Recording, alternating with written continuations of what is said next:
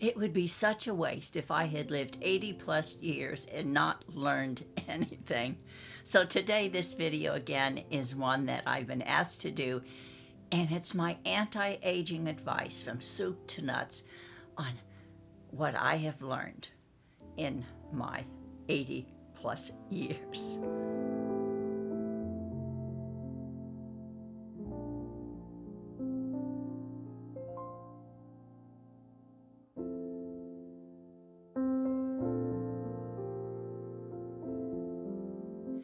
Hello and welcome. It's so great to see you again. I had a little bit of rest.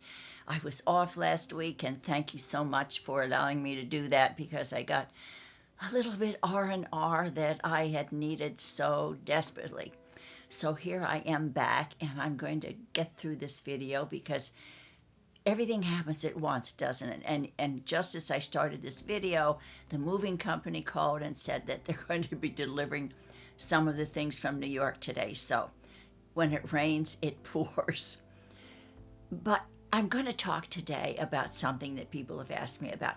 You know, what type of anti-aging advice can you give us? I know that you've learned an awful lot in your years, so I'm going to try to do that right now.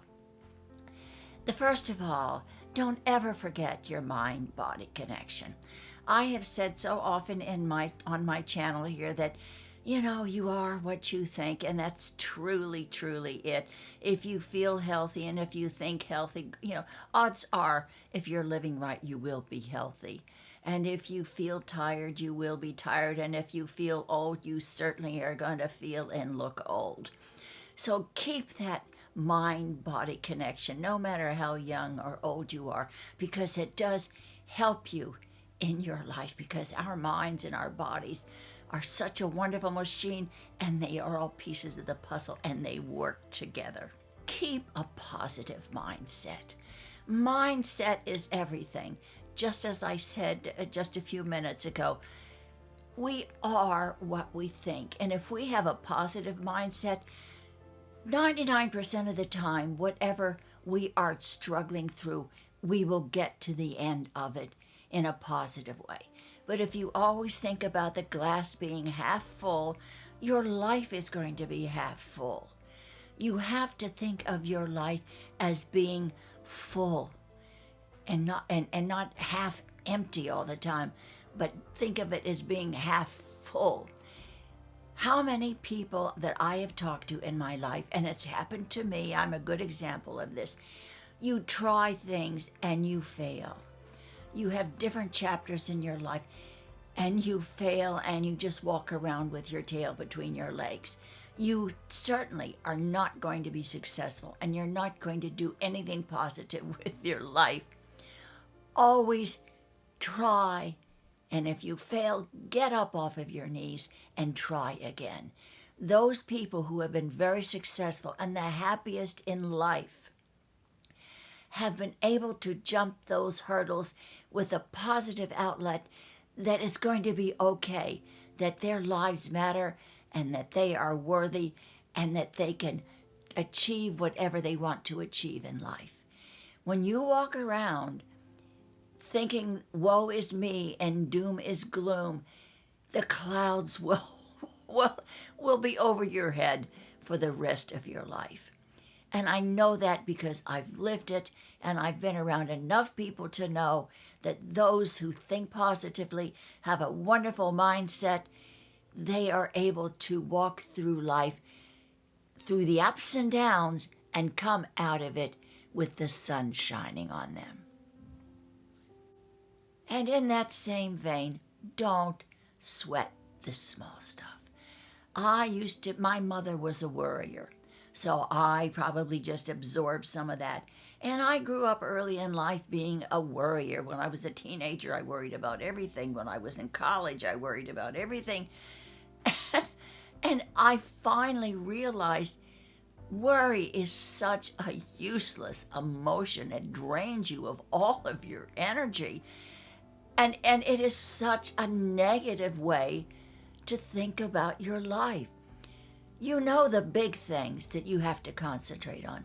There are big things that you are really be concerned about, and you have to deal with. But those small little things in your life that you'll forget about tomorrow, don't sweat the small stuff. Just let it go. And when big things happen, you have the energy to focus on those. But if you walk around worrying and dealing with all these little things in your life that come up, because life is not perfect, and life throws us a lot of hooks and jabs. But if you learn how to duck those, and if you learn how to be positive in your life and say, oh, that really doesn't matter, I'm not going to worry about that, it'll work out. But the big stuff, you focus on and you get through it because you have a positive attitude. So all of these things work together. As we get older, it is so important to do muscle work, because we start losing muscle when we're about 35 or 40. And by the time we get to be 60 or 70, we have lost a lot of muscle strength, because when you're 40 or so, you lose about 30%. And the older you get, if you don't exercise those muscles, you will lose a lot. And our muscles help our bone strength. It is so important, because it's important when we have strong muscles. It also helps us to look better and to feel better. And when you have more muscle, you're able to metabolize well in your body. I personally work out with 10-pound weights. I do it every day. I started out very small, doing slow reps. And if you're not able to stand up, sit in a chair and get those 10-pound weights, even if they're jugs filled with water. But you have to do those reps to keep your muscles strong. I know if you have to ask somebody to open up a jar of pickles for you, you really need to get those weights and keep your muscle strength up. Balance training. This is extremely, extremely important as you get older, because if you don't have good balance, you are more prone to fall and hurt yourself, break a hip, or do something, hit your head. So balance is extremely important. And what I do, I try to do balance training after I do my muscle weights, and I stand and I raise my one foot and put my foot on my knee, put out my arms, and I try to balance, and then I bring my arms in, and I really practice balance, because I know my husband, that really did him in so many times. As he got older, he would lose his balance and fall. He was really lucky because he never hurt himself drastically. One time he hit his head on the back of the bed, but his head never hit the ground, and he never broke anything. But he was a rare specimen. Balance is extremely important, because if we have good balance, it helps us to walk a lot better. Another thing, when I was younger, I wasn't that young, I was in my 60s, I broke my tibia bone. And therefore, I have a hard time when I'm walking. I feel like I really don't have good balance. That's why my balance training is important. But I also do tibia exercises. I lean against the wall and put my feet about 12 inches away from the wall. Then I raise them slowly. I count to 10 and I bring them back down. And then if you do that and you get a little more strength, you can put your feet a little farther away from the wall, raise with your heels still on the floor. You raise up your toes and bring them back down. And I have found that really helps me to strengthen my tibia. And when your tibia is strengthened, it also helps you with your balance. So keeping your balance is extremely important the older we get. And in that same vein, exercise. Oh, it is so important to exercise. It keeps you young, and people who do not exercise usually do not have the longevity that people who do exercise. You don't have to run a marathon. Just walk your dog, walk around the block, walk to get your mail, park your car a little bit further away at the grocery store so that you walk farther at the grocery store. When you're shopping, go to the mall, walk. But walking is so important. I have an app on my phone that tells me when to get up if I've been sitting too long, and it said, hey, it's about time you stretch your legs and you get up. So any kind of reminder like that, to just get up, walk around. If you're in the house, you're sitting on the couch, you're reading, you're doing something, get up and walk.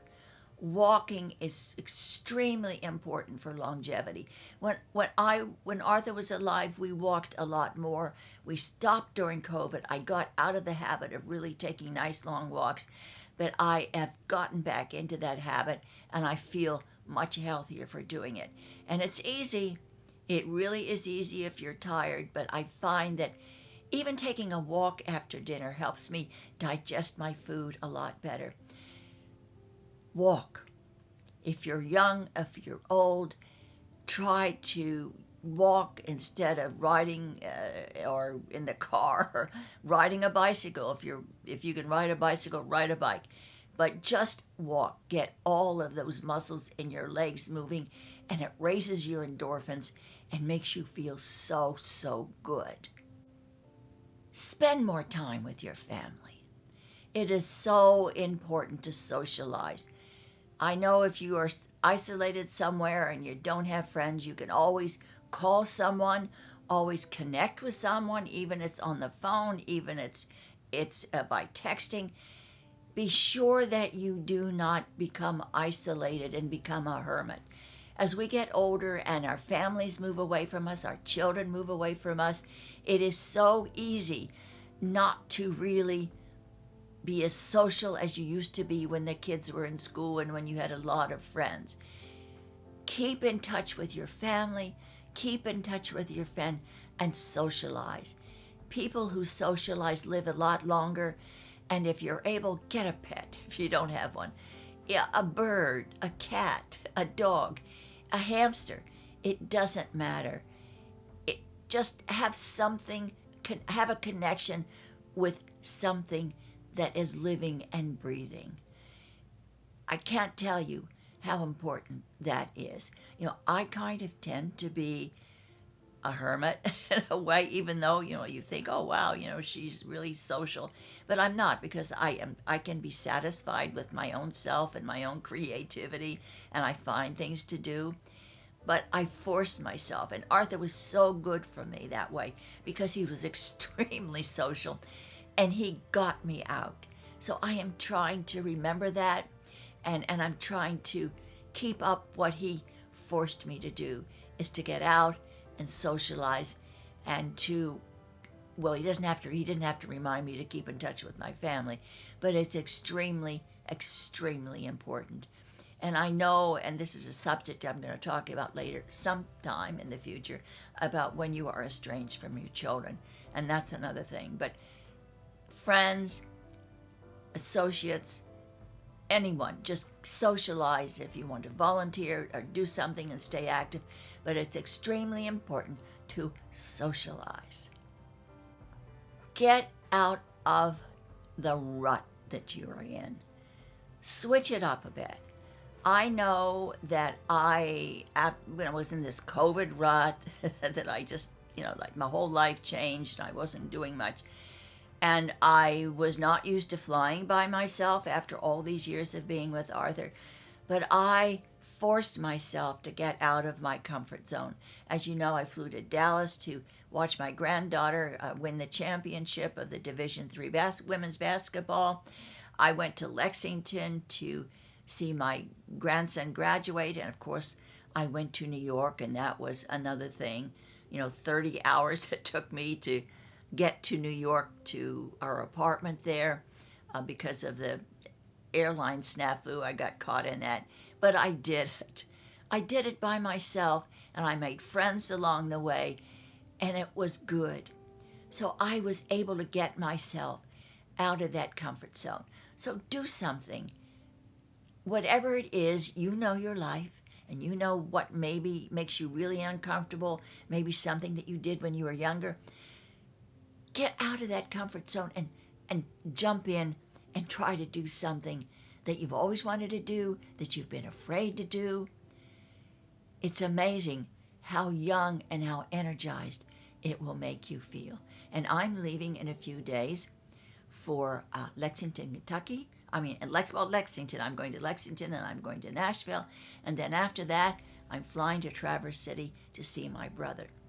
So I am like a butterfly. I've gotten out of my cocoon that has kept me so tight, and I'm finally spreading my wings. And I want you to think about that. And if you can, do the same thing. You don't have to fly all over the country, but just do something that gets you out of your comfort zone. One thing also that I have been doing that is extremely important, I know I'm giving away now my treasured things to the people that I love. And do you know what happens when you do that? You see the joy in their faces that they have when you give you something treasured, whether it's a book, a piece of jewelry, a memento, something that will mean something to them, because it also not only makes them feel good, but do you know what it does? It raises our endorphins, because we can look at them and we see their joy, and that joy comes back in and radiates to us. So I have started to do that. I got a lot of things in New York that I had that I felt were treasures, and I am going to be giving them away to my grandchildren and the people that I love now while I am still alive, because there are things that I won't use and things that I do treasure, but they're a part of my past, and I know I would like to share them with those that mean something to me in my life. Another thing that sometimes we do forget about because we've been so busy our whole lives taking care of everyone else, self-care. Self-care is so extremely, extremely important. Take care of your skin, take care of your mind, your body, do things that make you happy. You just soak in the tub. Give yourself a facial. Go get a manicure. Take care of your physical body, the outside of your body, because when you do all of the things that help you look better, you will feel better. Don't feel guilty about pampering yourself. After all, how many times I have said you are worthy and you deserve it. Taking care of your physical health is so important. Don't negate your physical exams. When you're older, your bone density exams, your breast exams, the exams that you have to do, your blood work. Always get regular blood work done.